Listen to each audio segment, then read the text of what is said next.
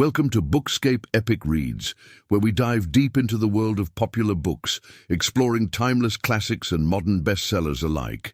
Join us for in-depth reviews, insightful discussions, reflections. Let roll. In the luminous intellectual cradle of Al-Andalus, where the rhythms of Arabic, Latin, and Hebrew echoed through the streets of Córdoba, there emerged a man whose mind stood as a bridge between civilizations. Abu al-Walid, Muhammad ibn Ahmad. Ibn Rushd, known to the Latin-speaking world as Averroes, was not merely a commentator on Aristotle or a jurist of Maliki law. He was, above all, a defender of the intellect in a time of increasing tension between reason and revelation. His magnum opus, Tahafut al-Tahafut, The Incoherence of the Incoherence, was more than a philosophical treatise. It was an act of intellectual courage, a spirited, systematic, and dignified response to Al-Ghazali's Tahafut al-Falasifa, which had shaken the standing of rational philosophy within Islamic theology. In the earlier work, The Incoherence of the Philosophers, Al-Ghazali, the towering theologian of the Asharite tradition, had launched a sweeping critique of the Falasifa, those Muslim thinkers, heavily inspired by Plato, Aristotle, and Neoplatonism, who sought to reconcile Hellenistic philosophy with Islamic metaphysics. Al-Ghazali's argument was not simply a scholarly disagreement, it was a theological intervention. He accused the philosophers of heresy, even going so far as to declare them unbelievers on three major points: the eternity of the world, God's knowledge of particulars, and the denial of bodily resurrection. Don't forget to comment, like, and subscribe. For decades, Al-Ghazali's position went largely unchallenged in the Islamic East.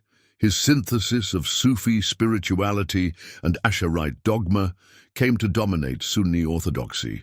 But in the western reaches of the Muslim world, in the vibrant and pluralistic cities of Al-Andalus, another current persisted, a belief that reason, properly employed, was not a threat to faith, but its highest expression. It was here that Ibn Rushd found the fertile ground to launch his rebuttal, not in the spirit of polemic, but of precision. The Incoherence of the Incoherence is not merely a text of opposition. It is a defense of philosophical methodology itself.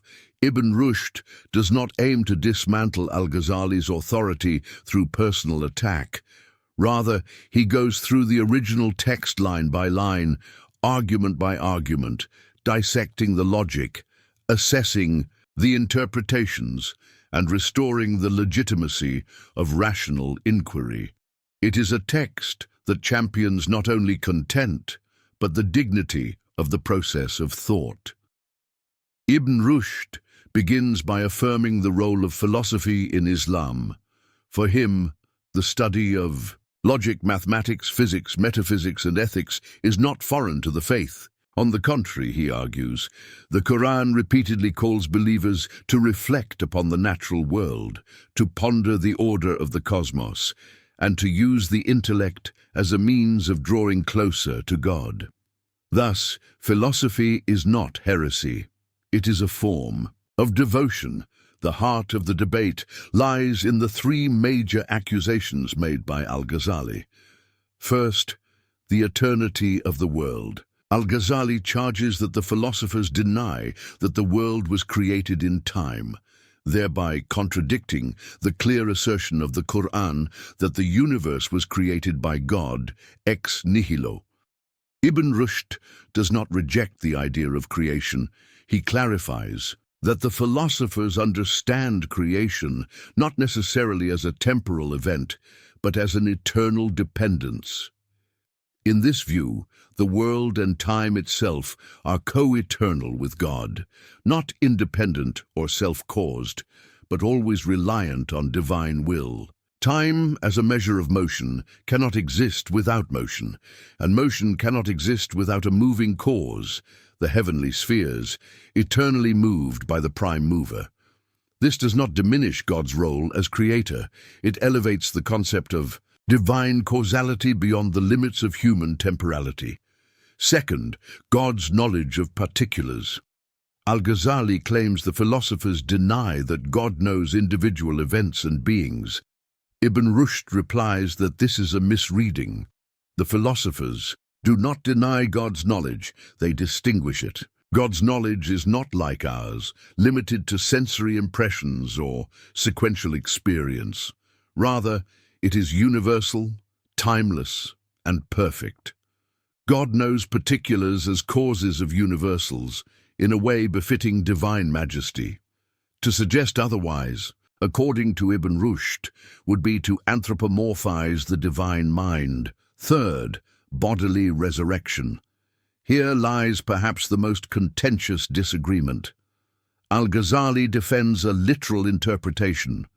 The soul will be reunited with the body in the afterlife. The philosophers often interpreted these eschatological descriptions symbolically, as metaphors for spiritual realities. Ibn Rushd does not deny resurrection. Instead, he urges humility.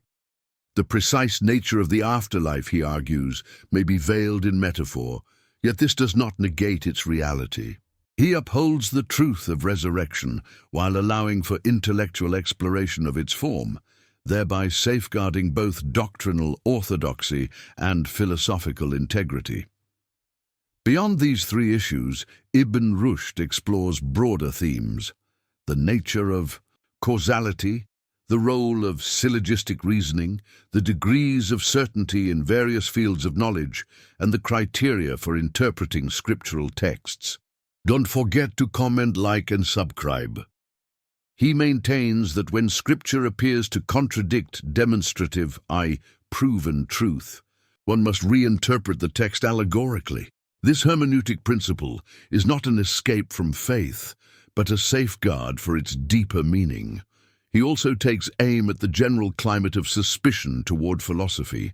Al-Ghazali had suggested that philosophical reasoning could lead to confusion or unbelief. Ibn Rushd acknowledges the danger of misuse, but draws a powerful analogy.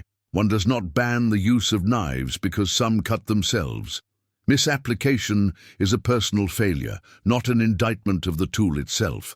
Philosophy, in his view, is a divine gift, a means to refine understanding, correct misinterpretations, and ascend toward higher wisdom. In this light, Ibn Rushd reimagines the philosopher's role in society, not as an elitist figure, divorced from the faith of the people, but as a servant of truth.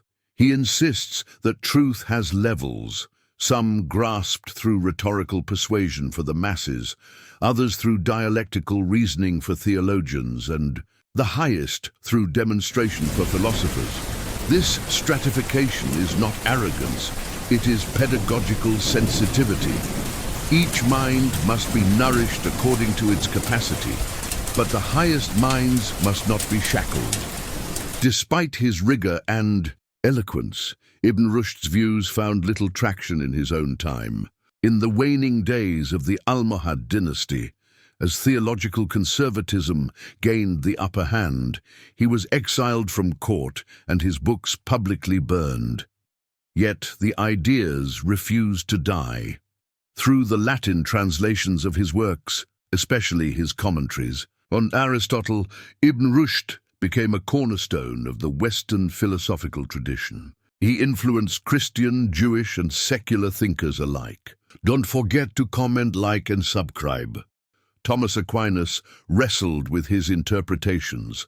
Maimonides echoed his rationalism. Spinoza inherited his courage. And yet, within the Islamic world, his legacy remained muted. Not because he failed, but because the intellectual tide turned against rationalism. Only in recent centuries has the depth of his thought begun to be re-explored, reappreciated, and recontextualized, not as a relic, but as a beacon. For our modern world, Ibn Rushd offers a rare and urgent example, a thinker who neither surrendered reason to dogma nor abandoned faith to relativism. He saw no contradiction between the two, only a call to deeper synthesis. In al-Tahafut, the incoherence of the incoherence, we find not just a philosophical rebuttal, but a cultural vision, a blueprint for a civilization in which theology and philosophy enrich one another, a world where questioning is not rebellion, but reverence, where the mind is not the enemy of the soul, but its partner in pursuit of the real. And today, as we stand between echoes of dogma and the call of the rational, we are asked, will we build bridges or walls?